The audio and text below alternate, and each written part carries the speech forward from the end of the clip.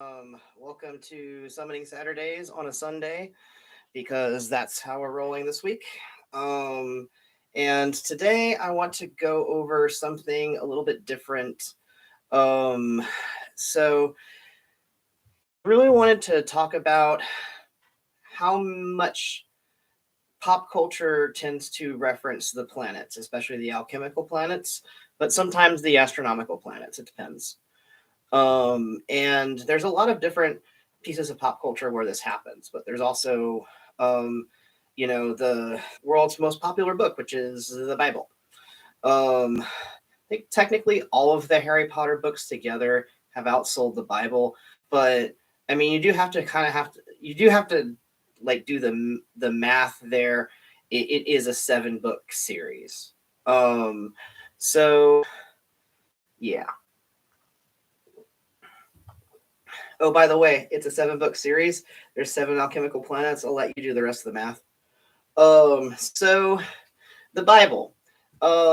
What's interesting is that the Bible starts off with 7 days in which 7 different sorts of things happen, and there are 7 alchemical planets. You do the math, or rather, we're going to do the math together because this is where I wanted to kind of break this down. The thing is, if most people have access to a copy of the Bible, um, you can even just like if any hotel room you're in, there will be a Gideon's Bible in a desk drawer somewhere. And so it makes for very easy lessons to teach on how to find references to occult things in existing texts. Um, and there's plenty of reasons why this actually is in here and why it is why it behaves as it does. So King James Bible. This is one of the newer editions. Like they do these new editions over the last 100 years so that they can uh, copyright things. Um, King James Version Thin Line Bible, large print. Copyright 2016 by Thomas Nelson. Pretty sure you can't actually copyright this. It's in the public domain. So this is you can use other versions of the Bible too, by the way, New International Version, whatever. As long as it's got the same, it's got the book of Genesis in front, then you're good. So let's go through the first 7 days and you'll kind of see what I mean. Before that, I want to talk about the alchemical planets and why it's important to find them in anything. People have been using the alchemical planets as a means of categorizing things, or a mnemonic for remembering things, basically since humans could see the sky. The reason is because the alchemical planets are there and they have always been there. The alchemical planets are the sun and moon. I know those aren't considered to be planets by scientific categorization now, but when I say planets, I basically mean the 7 heavenly bodies above that aren't stars. That's what they meant. So there's the sun, there's the moon, and then there is Mercury, Venus, Mars, Jupiter, Saturn. We've got all 7. Now, the thing is, the order that they're usually listed in is not you would expect. It is actually the length of time that it takes for them to do something astrologically or really astronomically. Basically, the moon goes through a cycle faster than the sun goes through a cycle, faster than Jupiter goes through a cycle. So the order of these cycles is as follows. Hold on, and I'll always double check. Yeah, there we go. Moon, Mercury, Venus, Sun, Jupiter. Sun, Mars, Jupiter, Saturn. So basically, this is the length of the, in quotations, year. Basically, this is the length of the, in quotations, year experience. Since the moon goes around the Earth, it has the shortest by far. But After that, the shortest year is Mercury's. After that, the shortest year is Venus's. Now, technically, the year for the sun is, of course, the length of a traditional year, 365 days. Mars goes a little longer, so it's actually after the sun in this order. And then, of course, we have Jupiter, and then we have Saturn. So some of it's very logical, some of it's counter-logical. But that is usually the order that the alchemical planets are listed in. So if you're ever looking for the alchemical planets in something, the first way you should look is in that order, checking for the moon first, then Mercury, then Venus, then the sun, then Mars, then Jupiter, then Saturn. It's not intuitive, but it's often listed in that order. Now, the reason this becomes important is because a lot of people would assume you start with the sun, then go to Mercury, Venus, moon, where the Earth is, Mars, Jupiter, and Saturn in the order of, the sun and then the rest of the planets going out from that. But that's not what it actually looks like in the sky whenever you're an astronomer or an astrologer and you're tracking the planets going across the sky and the sun and the moon, especially hundreds and thousands of years back. The cycles present themselves as like not in order from the sun. This is one of the reasons why it was debated, how the heavens act worked, is because if you're looking at the sky from Earth and then figuring out what everything is positioned like in the heavens from doing that, then things are much different than you expect. So I don't want to get too much off the subject into that, but basically it's going to be Moon, Mercury, Venus, Sun, Mars, Jupiter, Saturn. So Genesis, there's 7 days, which means that I expect the first one is going to be Moon, the last one is going to be Saturn. And now these are the first 7 days that occur in human history, according to this religious text. And there are 7 days in a week, which means that the first day is going to change depending upon your interpretation of religion. So for some people, the first day of the week is Sunday. For some people, the first day of the week is Monday. And that can really affect things because Monday is named for the moon. Tuesday is named for Mars. Wednesday is named for Mercury. Thursday is named for Jupiter. Friday is named for Venus. Saturday is named for Saturn. That one's easy. Sunday is named for the sun. That one's very easy. Almost as easy as, Monday, moon. So, that order there does not actually reflect the order of the alchemical planets. It's based on another kind of logic. So, really the important part of the days of the week here is going to be the last day. The Sabbath day in the religions that come off of the Bible texts. The Sabbath day is considered the holy day of the week where everyone rests and they also do their religious observances. So it's set aside and it's sacred. And the reason why this is because the last day, the seventh day in which the universe was made, was set aside by that deity to rest after having made everything the previous 6 days. So that means that last final day, that Sabbath day, it's important which day it is. And different people observe this differently. Some observe it to be on Saturday. Some observe it to be on Sunday. I think according to this alchemical ordering, the Sabbath day should be Saturday because the final planet is Saturn. And Saturn has so much correspondence to this day of rest and to the symbolism that is there in it, that it really just seems like that would be it. Um, I don't think that that means that it's the correct interpretation of the religion. I just think that that means that whenever somebody did this planetary correspondence thing, their intent was that the Sabbath. So, the first day, I think this will be correspondent to the moon. And God said, "Let there be light," and there was light. And God saw the light, and that it was good, and God divided the light from the darkness.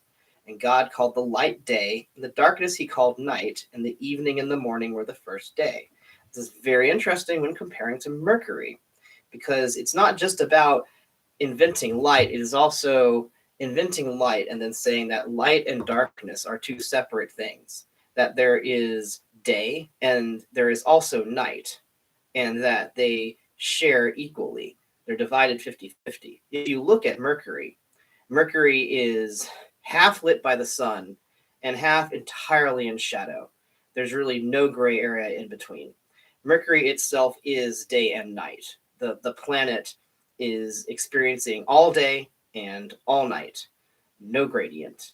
And so the first day here is very directly correspondent to Mercury in a very distinct way. Also, the idea that it is light focused is very interesting. Mercury is usually correspondent with scribe, writing type of activities, and light corresponds with knowledge.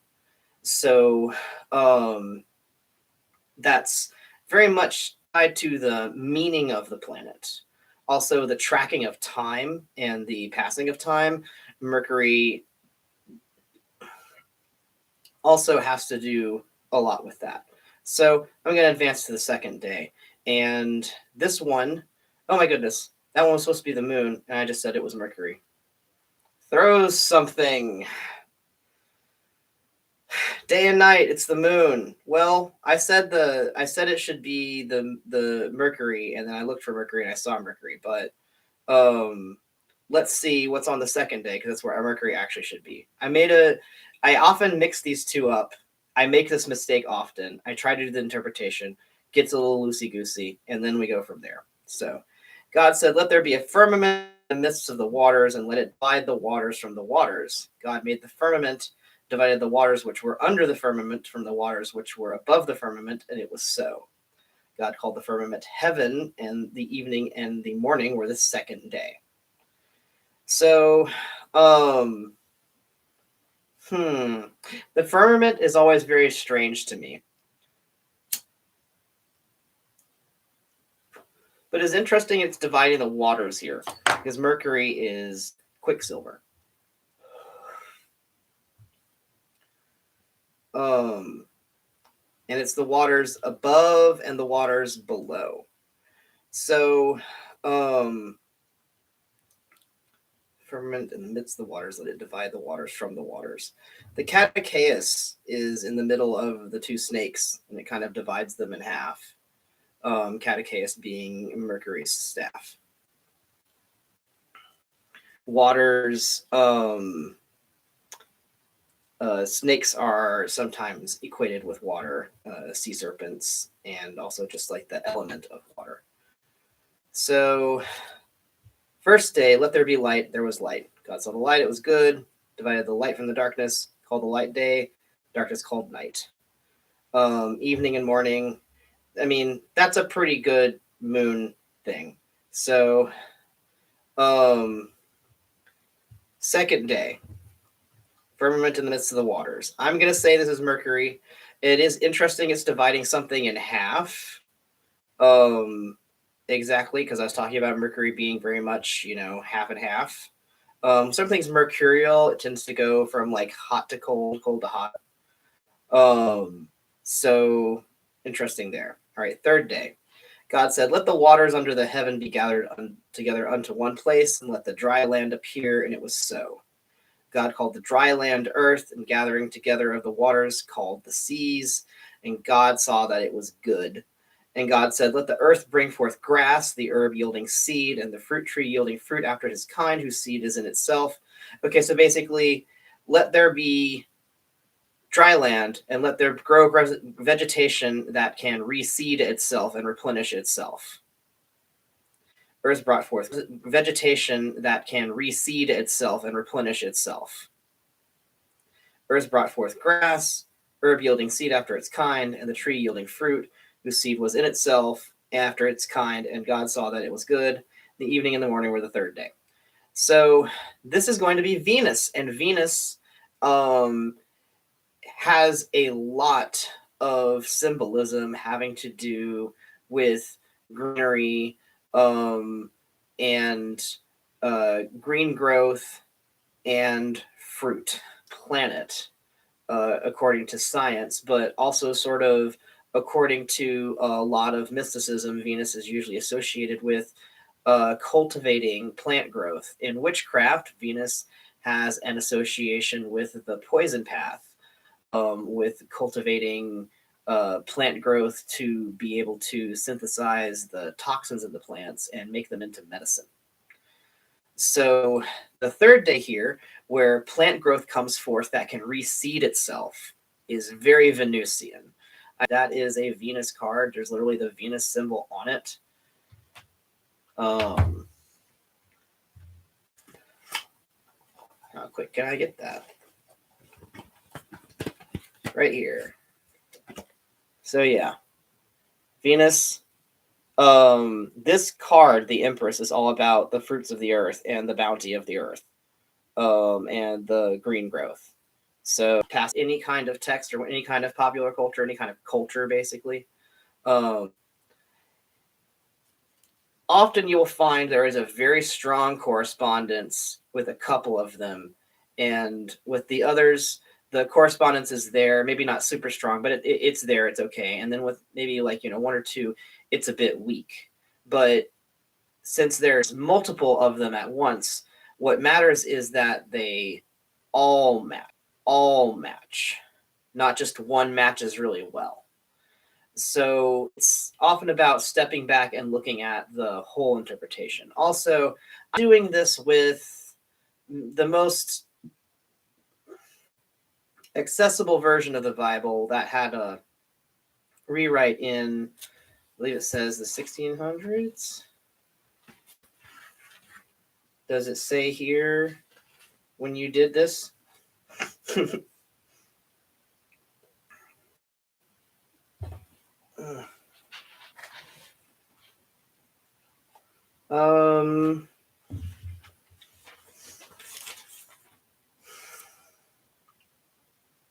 Did not date it right there. I'm not going to bother looking this up right now. I don't want to get too bogged down is the thing. I'm just trying to analyze the passages. It's been hard for me to do this. I know I titled this study hour, and the idea is that if I go ahead and do this on a live stream, then I'll finally just do it. So I get very distracted from it. An earlier version of the Bible, the King James version. And so there's probably details that matched up with the planets that are either no longer there, or they've shifted, or the wording is so strange that it's hard to line it up anymore.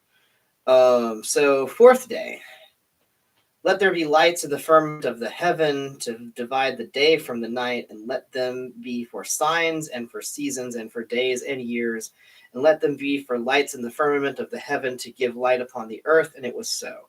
God made two great lights, the greater light to rule the day, and he made the lesser light to rule the night. He made the stars also.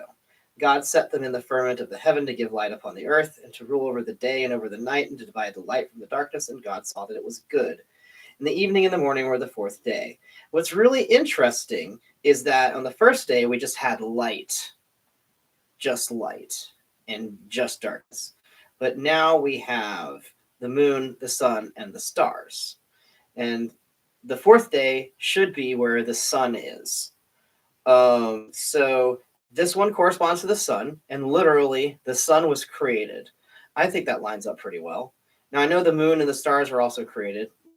Well, we don't have the stars in this list, and the moon I think was on the first day, where we have like the first version of the light, the little light, that doesn't really have a sphere, but there is day and night. Here we now have the sun, and the sun is now the light that presides over all, kind of replacing that first sort of proto light.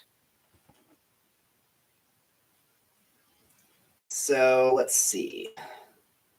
The fifth day. This one will be Mars according to the system. Let the waters bring forth abundantly the moving creature that hath life, and fowl that may fly above the earth in the open firmament of heaven.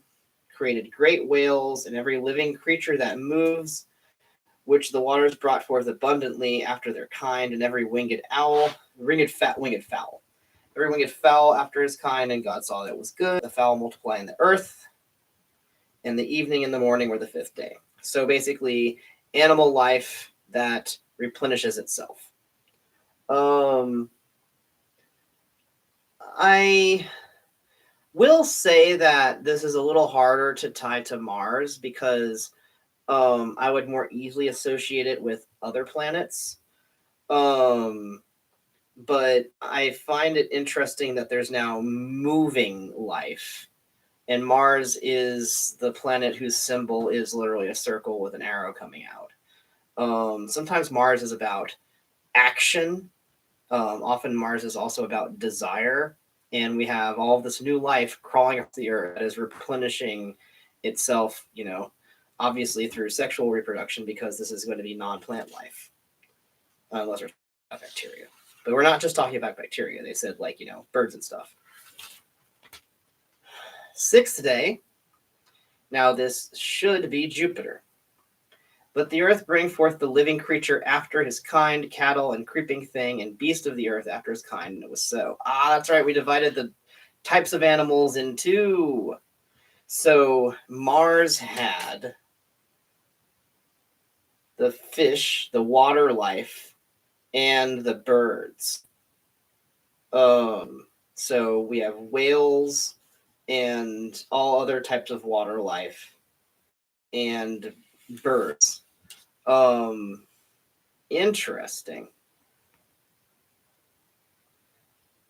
On the sixth day, where I have Jupiter equated, we have the earth brings forth the living creature after his kind, cattle, creeping things like snakes or bugs, beasts of the earth after his kind, and it was so. God made the beast of the earth after his kind, the cattle after their kind, and everything that creepeth upon the earth after his kind. Jupiter typically associated with what we consider to be earth magic. The reason why earth isn't represented here at all is, of course, because we don't see it up in the sky because we're on it. So, the cattle tends to be associated with earth very specifically. And these are really earth beasts. Also, they're kind of like the larger beasts, and Jupiter is like the largest planet.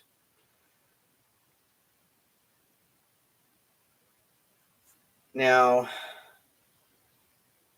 then we have the creation of man, and then God, humble brag, every herb-bearing seed which is upon the face of all the earth, every tree, and to you. Okay, so first, the sixth day is long.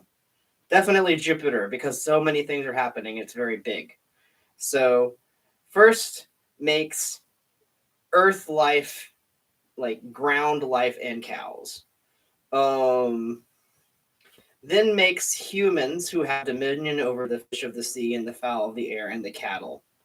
And this dominion thing is very Jupiter. Jupiter is kind of the ruler of all the planets. Jupiter is associated with Zeus, who is the ruler over the Greco-Roman pantheon.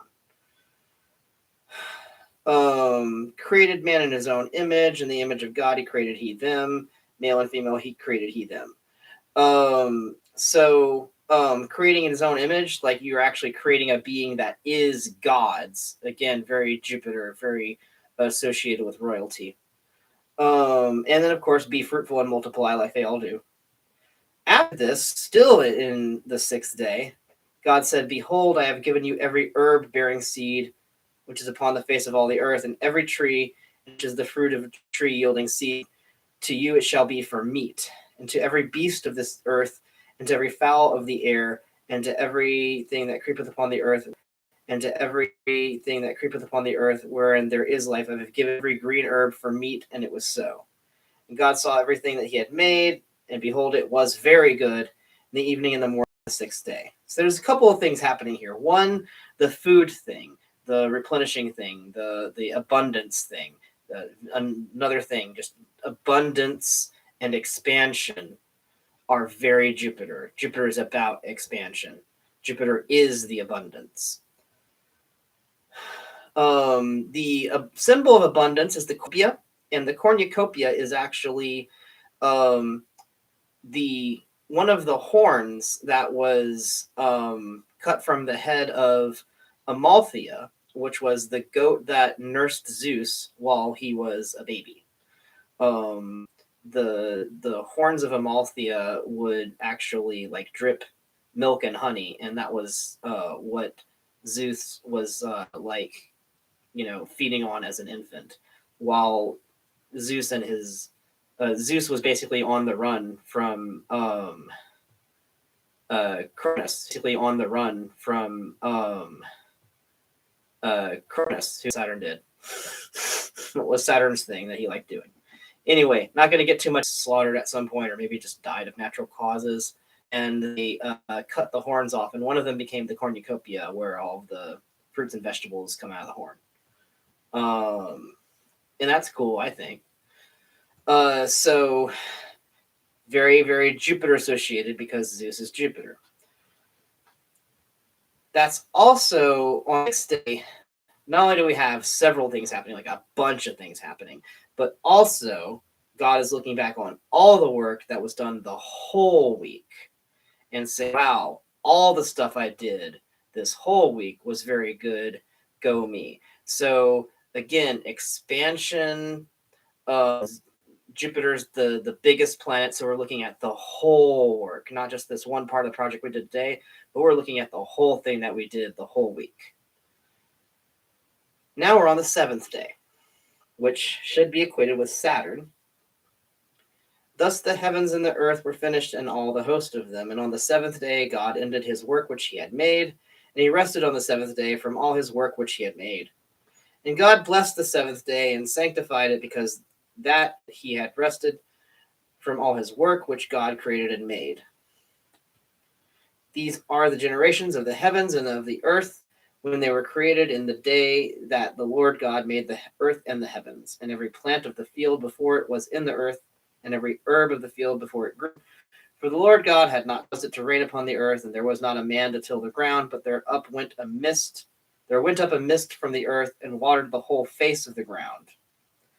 And the Lord God formed man of the dust of the ground, and breathed into his nostrils the breath of life, and man became a living soul. After this is the Garden of Eden.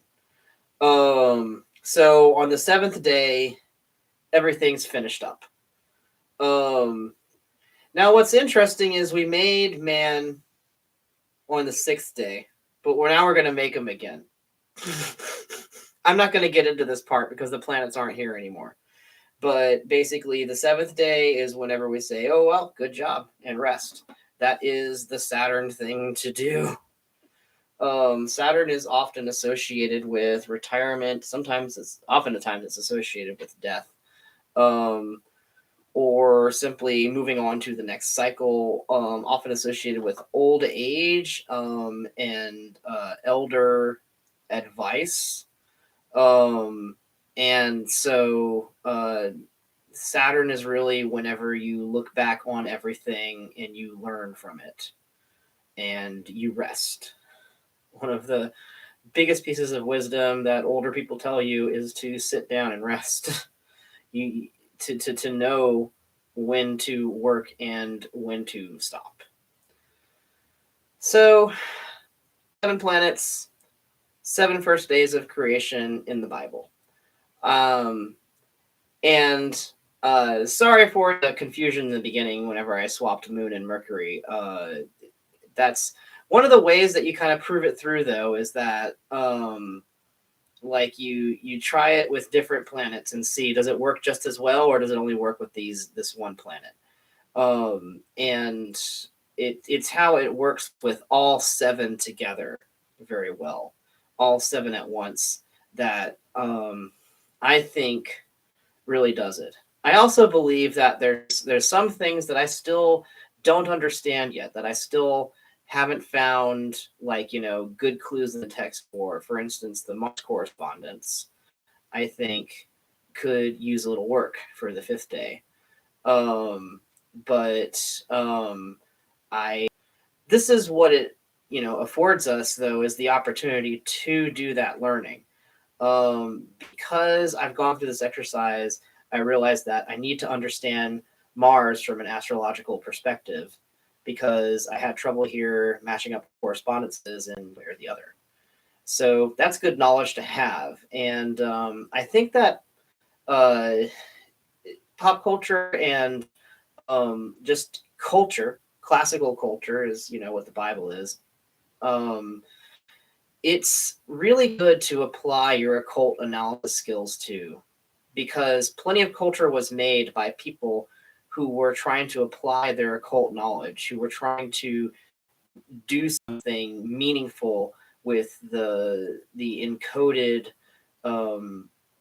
spiritual knowledge that they had.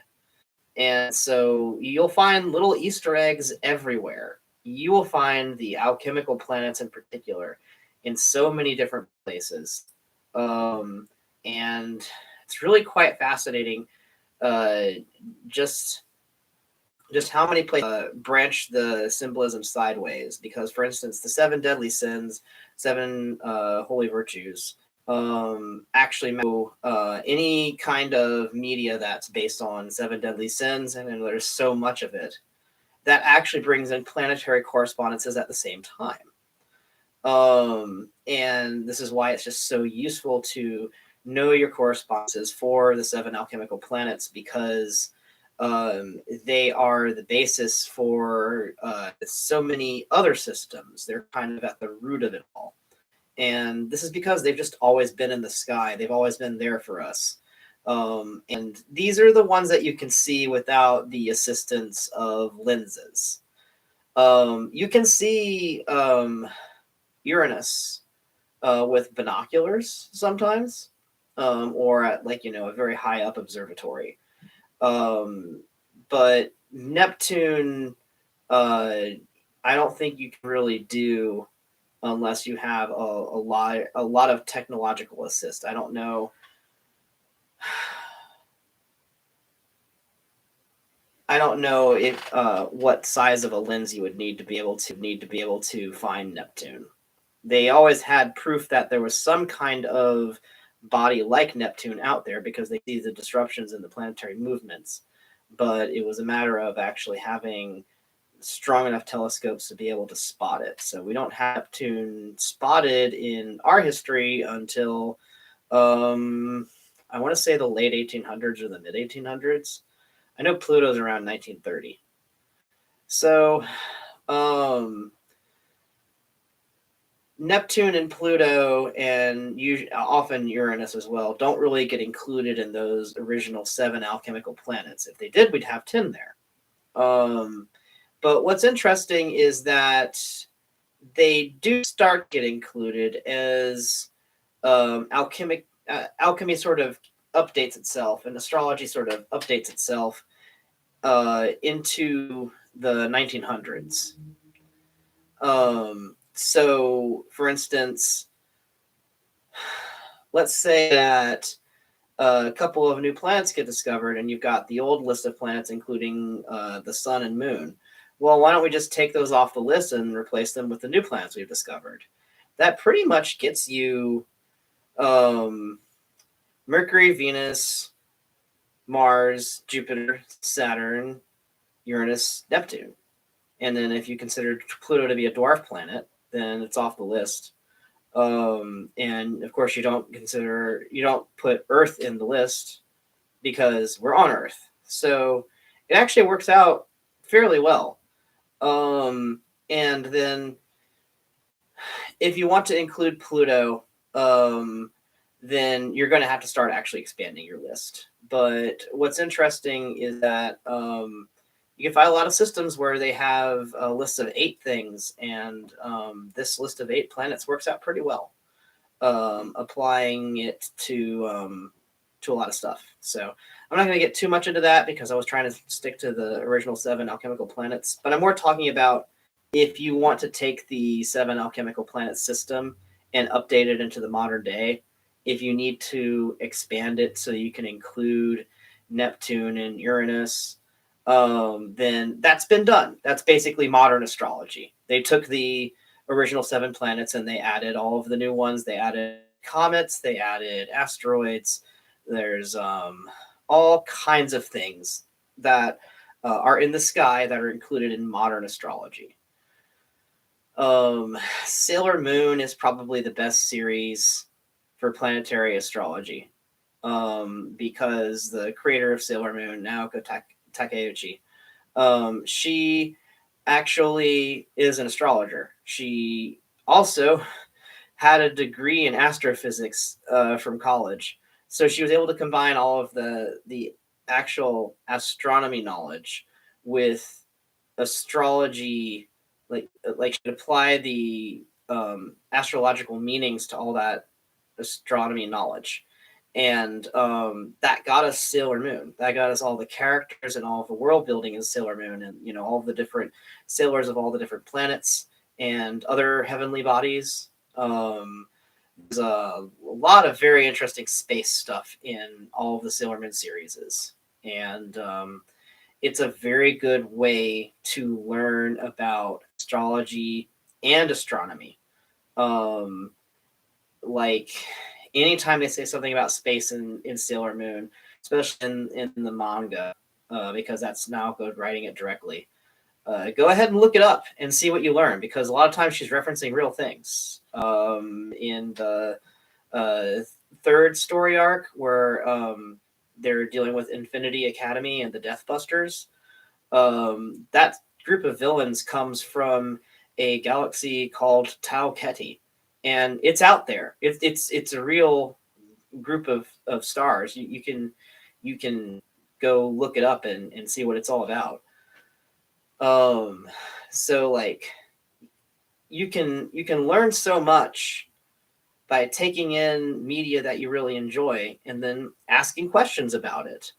Or I don't know how many people really enjoy the Bible. I know that there are definitely people who enjoy the Bible. I'm not going to doubt that, but there's a lot of people who kind of just tough through it.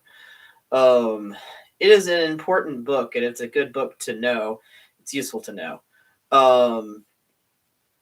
But finding the 7 planets in there, I think, really helps open up a whole new world of symbolism for some people, because there's like a lot of groups of 7 in the Bible. And I guarantee you, if you find a group of 7 things in the Bible, you will find the alchemical planets that I talked about. If you don't, then it's because it's based on a different system of 7 things. But often you will find the alchemical planets. They will usually be in the order that I described. This is because done. And it's interesting how much this knowledge has already fallen by the wayside of the week, and know that they correspond to all these other things.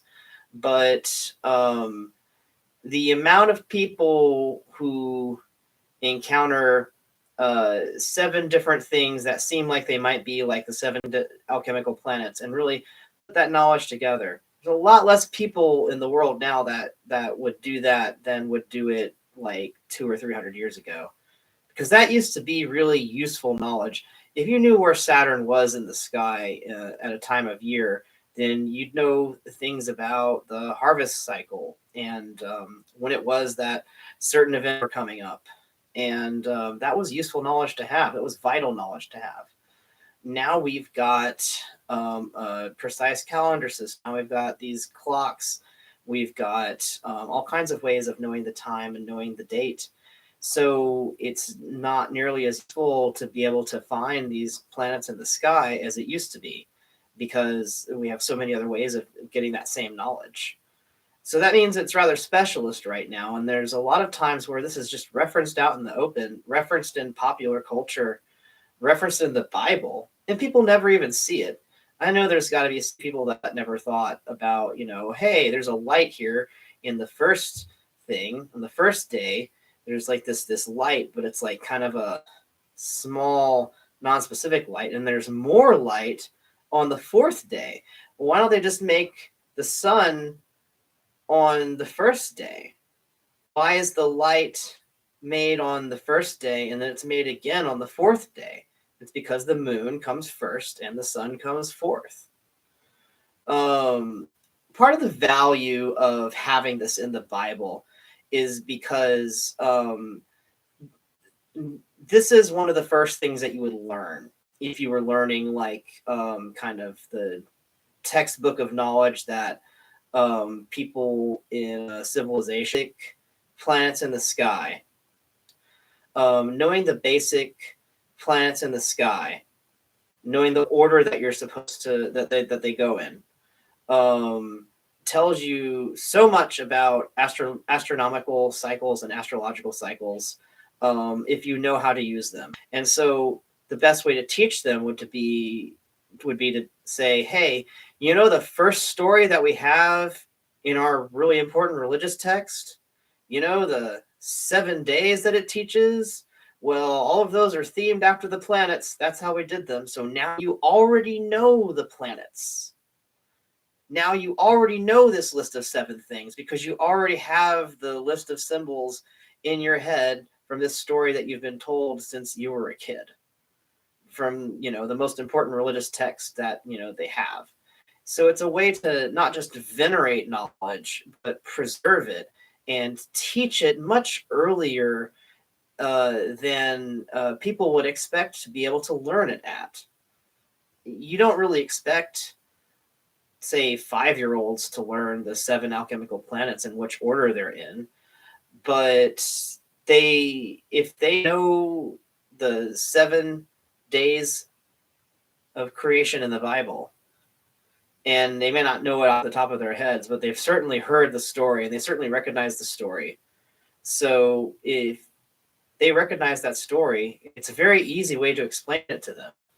In fact, if you wanted to explain the 7 alchemical planets to somebody who you knew the Bible, then I've just given you a way to explain those alchemical planets to them right there using their Bible. It's like, hey, this first one, that's the small light, that's the moon. The second one, that's where we divide the waters in half. Quicksilver, Mercury, the planet that's half and half. The staff that divides the snakes in half. We go on from there. Once you know this,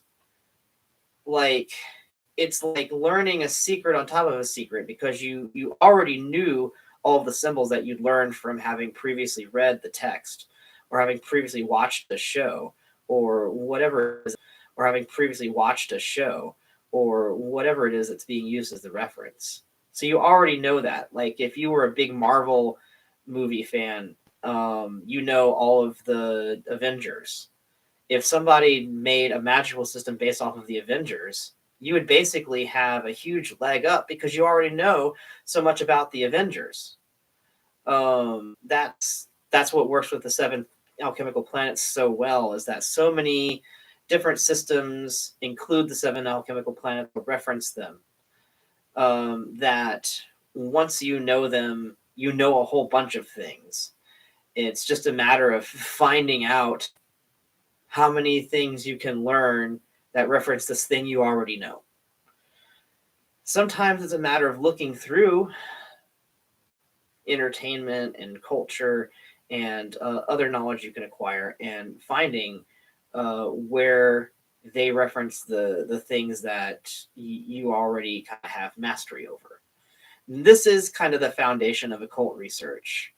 You look for things to bolster the knowledge that you already have of secret things. Look for things to bolster the knowledge that you already have of secret things. And secrets usually contain more secrets and usually reference more secrets. So once you kind of learn one one good piece of the system, you kind of just get the rest of it. So the alchemical planets, they're in the Bible. Now you have those two pieces, and now you can kind of find this in a lot of other places. And I really encourage to search everywhere. Don't just search in important places. I started with the Bible here because it's just the most available text in the world. But there's really no limit to where you'll find these, and you can find, like, cute little stories that are for kids, cartoons and stuff, that reference this kind of stuff. And the reason this happens is because even if somebody's making something that's for 6-year-olds, the somebody that's making it, like, they want to create meaningful work. And so if they already know something that has meaning, such as the 7 alchemical planets, or maybe the 7 deadly sins or something, they're going to put the meaning in their work. Especially if they haven't been given any real meaning to put into that work from someone else.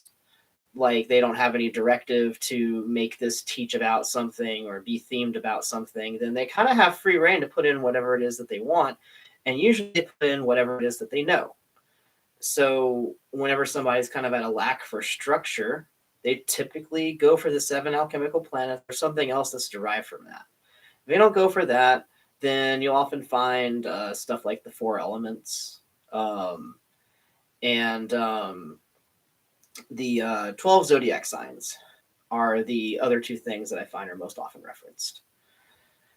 So have fun finding those out there. Have fun looking for the variants. And if you know of the 7 alchemical planets referenced in any particular type of pop culture, I would love to hear about it in the comments.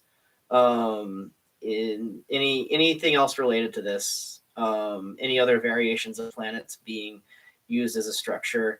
For instance, like the planets in our solar system without the sun and moon, the 8 planets, the 9 planets including Earth. You'll find those referenced in other ways in other media, because sometimes people will be using that for their structure instead. So have fun with that, and I'm going to kind of wrap it up. Hope you enjoyed study hour. I was glad I was finally able to kind of go through this list of things. I know I've done this exercise before, but I really didn't write the stuff down at the time, and I didn't get a chance to really think through it. I think I was still back and forth on whether it would be the order of the classical order of the alchemical planets, and I decided before this recording, it's like, no, it's got to be the classical order. It's it always works that way. There was really no other logic that they ordered the planets by point, except for that one. It's kind of just like the main order they would list them in. All right, well, ciao everybody, have a good week, and see you on the next one.